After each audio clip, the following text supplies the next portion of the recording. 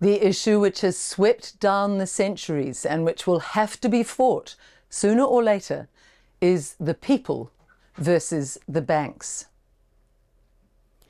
That statement came from Lord Acton way back at the beginning of the 1800s, and it still applies today, and it especially applies in New Zealand coming up to this general election 2023. I'm Liz Gunn, and I am here standing with you, and we are helping each other to win our country back from the globalists in this election, and to win it back through a party that is loyal to you from its name and through every policy. This, though, is possibly our bravest policy, and we have put out a lot of brave policy statements, which you can see on NZLoyal.org.nz. Please familiarise yourself with all of them. But this one is a key. Last Sunday, we put out New Zealand Loyal's economic policy position, and with much appreciation from many people for the honesty, which is our key note. Honesty to you. We're not offering pretty words and empty reassurances. We are offering solid policies that you can rely on, and hours of hard work and a determination to deliver on these policies when you vote New Zealand Loyal into government. But a key driver or inhibitor of economic growth in this country is New Zealand's monetary system. The second one is taxation. So I will deal with this in two parts. The taxation component will be announced on Sunday, the 19th of August, and it's no exaggeration to say it shall significantly change your lives. That's the Sunday one, on how taxation in this country can be changed to free you from this ghastly government overreach. But today, it's the monetary system, and although you might think, oh, that sounds a bit dry, stay with us until the end of this relatively short broadcast on what is a complex system, but one that is made really understandable here. I'm going to take you into it in a way that you can follow. And remember, one of my key adages is, the truth shall set us all free. The truth is what we need to learn. And when you understand how the system works, you will then be able to really get yourself and your family freed from it. New Zealand's monetary system is a fiat debt-based currency. And there are many opinions as to the role the Reserve Bank of New Zealand plays in all of this. As always, you have the official role, and then you have the less well-known role. The Reserve Bank is said to be an agency which stands between the banks operating in New Zealand and the government. It oversees the banking system and can influence bank interest rates, the amount of currency that people spend, and it can have a big influence on inflation in our economy. Before the bank was set up or established in 1934, the banks each issued their own currency. The Reserve Bank is said to be wholly owned by the New Zealand government, yet the government is also known as the Crown, and there are several descriptions of the Crown, which I shall allude to shortly. It's important here, though, to note that the New Zealand government also operates under assumed parliamentary sovereignty. What does that phrase mean? It basically means ultimate power and control does not reside in you, in us, the people. No, it resides rather in Parliament itself. The Reserve Bank operates autonomously, and although it reports to a minister of the government, or Crown as it were, it is largely self-governing. Some people state that ultimately the Reserve Bank is privately owned and controlled. Others maintain this cannot be true because the government owns it 100%. It is, I'm sorry to tell you, a long, a convoluted and a sordid history, how the true nature of the Crown is concealed from the public via blurry and ambiguous titles, names, and manifestations which give rise to deliberate misassumptions by us, by the public, misassumptions on which we base our lives, and most importantly, misassumptions that are never then corrected by our voted in parliamentarians. They don't tell us what is going on behind the scenes. Not surprisingly, the allegedly governmental nature of the Reserve Bank of New Zealand may be one of those deliberately engineered fictions. An example of the private ownership and control of a central bank can be found in the research of G. Edward Griffin in his book, The Creature from Jekyll Island, which I recommend you buy and read and study. Even if a central bank's frontmen are appointed by politicians and the bank's legal creation is facilitated by statute, this still has no bearing on the ultimate ownership and control of that bank. Just sit with that for a moment. Let this soak in. It's important everybody understands what is going on. That same story is likely with the creation of the Reserve Bank of New Zealand, the RBNZ, and that these so-called national banks are all middle banking management for a much larger and centralized system, overseen and master-controlled by the Bank of International Settlements, the BIS, in Switzerland. Here's a key. That BIS answers to no one, not even to Swiss national authorities. Let's pull back now and look at what NZLoyal will do for us, the people. NZLoyal will bring monetary policy within the remit of the Ministry of Finance here in New Zealand, where it can be truly popularly controlled. And by popular, I mean by the people. I would say to those who immediately cry, such a move will lead to the politicization of monetary policy, I say this: monetary policy is highly politicized as it currently exists, in the sense that the Reserve Bankers answer to a master. It's just that the master is not us, the people of New Zealand, but the same old murky and unaccountable overseas crowd that seems to plague New Zealand in so many areas that we at NZLoyal are studying and putting out and informing you about. There's nothing wrong with politicization if what we mean by it is popular control of monetary policy. Popular, the people controlling it. The people deserve to oversee and control the people who set New Zealand's monetary policy. They must answer to us. It's ludicrous to believe in the idea of the alleged technocratic expertise of the allegedly disinterested experts over at the Reserve Bank of New Zealand. As mentioned, just because they're not democratically controlled does not make them disinterested. It just makes them unaccountable.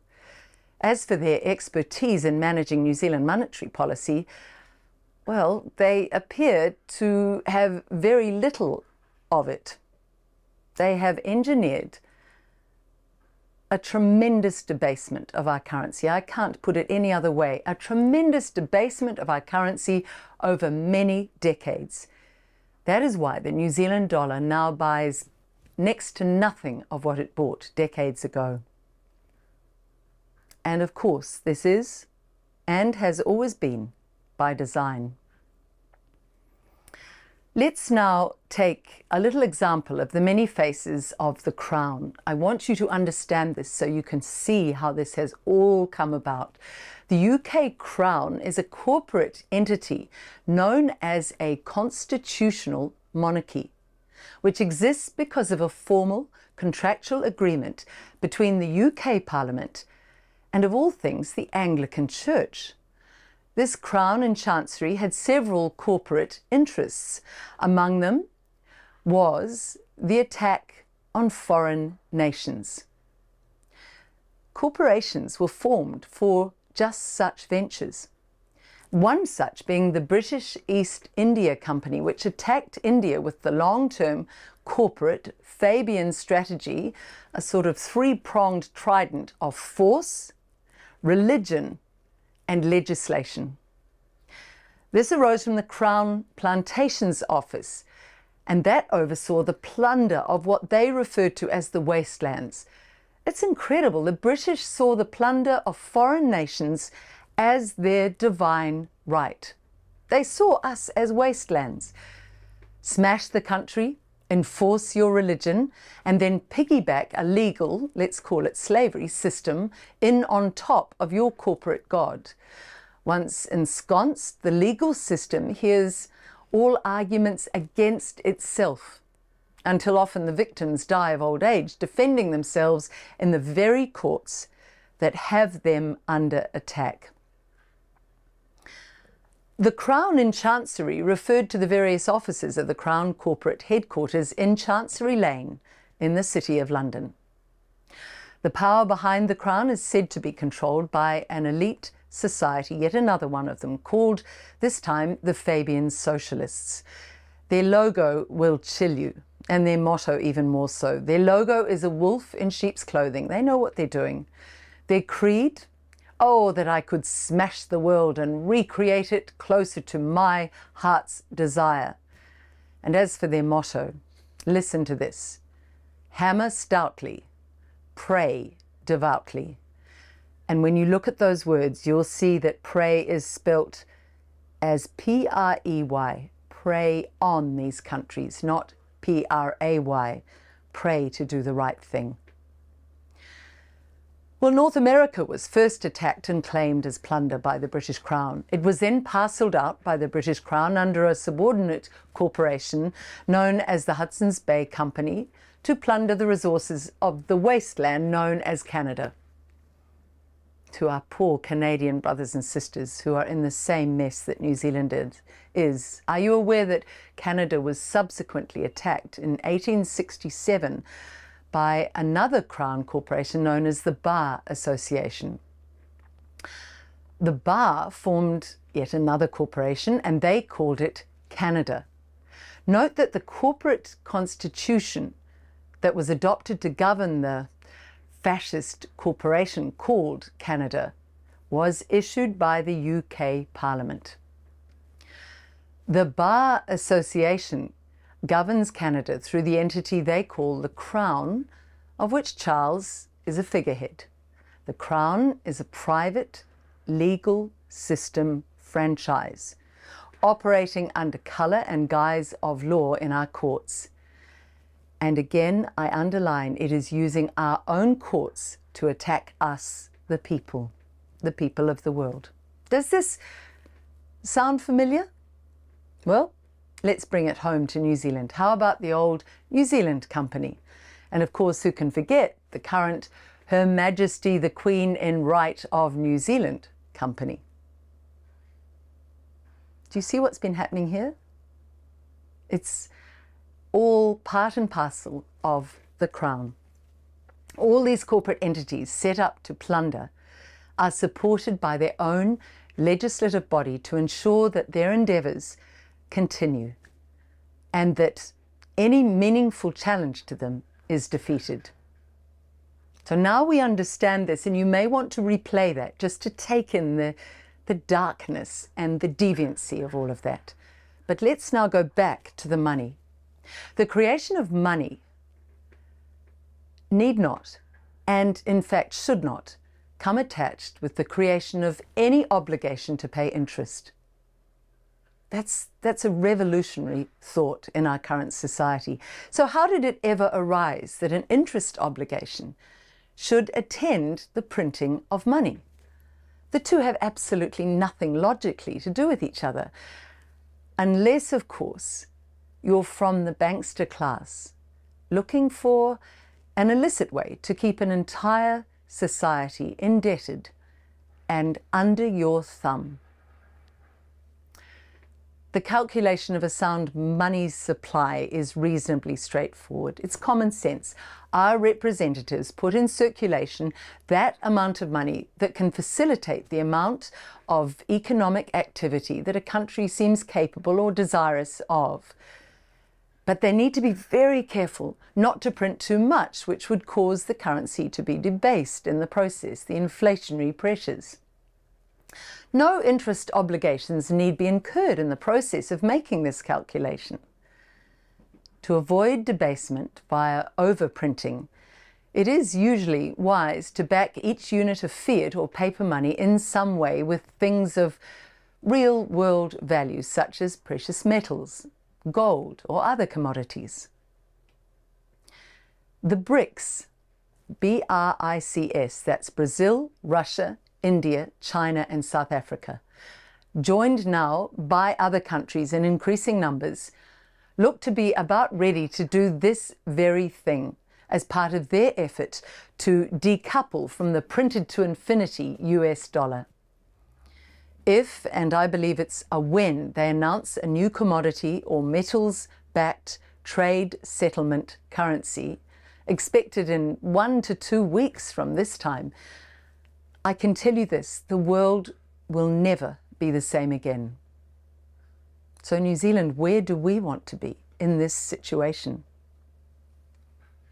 As an example of printing money without interest attached to facilitate a political community's legitimate needs, we can look to what Lincoln did during the US Civil War. I would remind you that this was long before the creation of the US Federal Reserve. In that situation, the North needed money for its war effort, so Lincoln ordered the first US greenbacks to be printed. This was paper money that provided the liquidity or the funding for all the economic activity attendant upon the North's war effort. The UK bankers were furious with Lincoln, as they had wanted him to borrow the money from them with, of course, interest attached. It's not surprising that some historians believe that Lincoln was later assassinated under order of these same UK bankers. Many people speculate they have much blood on their hands, and that will be their dark karma if they continue to behave like that. The fait accompli of the bankers' mismanagement here in New Zealand was their complete collaboration with the criminal elements in Parliament in imposing an economic lockdown on New Zealand as part of the COVID pandemic response. The Reserve Bank of New Zealand knew that locking down the economy would necessitate massive money printing to fund the basic needs of businesses and individuals who now could no longer be self-sufficient. They also knew that money printing would lead to the debasement of the currency and onwards to where we are now, the beginnings of hyperinflation, so dangerous for a country's survival. So much, I say, for expertise in the Reserve Bank of New Zealand. They may dress well and talk smoothly and have fancy diplomas, but these people either know very little or, worse still, are corrupt. The interest component of monetary creation is the unnecessary and immoral creation of an interest obligation on the creation of money that necessitates much of our taxation. You eliminate the interest and you can eliminate a lot of the tax burden, the ever-increasing prices due to currency debasement, and the need to service that impossible debt, and the real wealth transfer from you, the people of New Zealand, to the international banking cartels. I'm going to leave this with you, and I ask you to watch it again, to think about it, to read widely, to ask questions. But in closing, I shall leave you with several more quotes that have warned about the dangers of the international banking cartels. It is well enough that people of the nation do not understand our banking and monetary system, for if they did, I believe, there would be a revolution before tomorrow morning. I believe that banking institutions are more dangerous to our liberties than standing armies. If the American people ever allow private banks to control the issue of their currency, first by inflation, then by deflation, the banks and corporations that will grow up around these banks will deprive the people of all property until their children wake up homeless on the continent their fathers conquered. The issuing power of currency shall be taken from the banks and restored to the people to whom it properly belongs. I would say this in ending. Ask yourself, are you New Zealand loyal? Are you loyal to your own country? Or do you back these globalists? Don't listen to those that say it cannot be done. They are the reason that nothing changes. Look around and ask who will pull us out of this morass of corruption, who will pull us out of the United Nations, the World Economic Forum, and the World Health Organization. There is one party and it is loyal to you and not to them. So please be with me and be New Zealand loyal.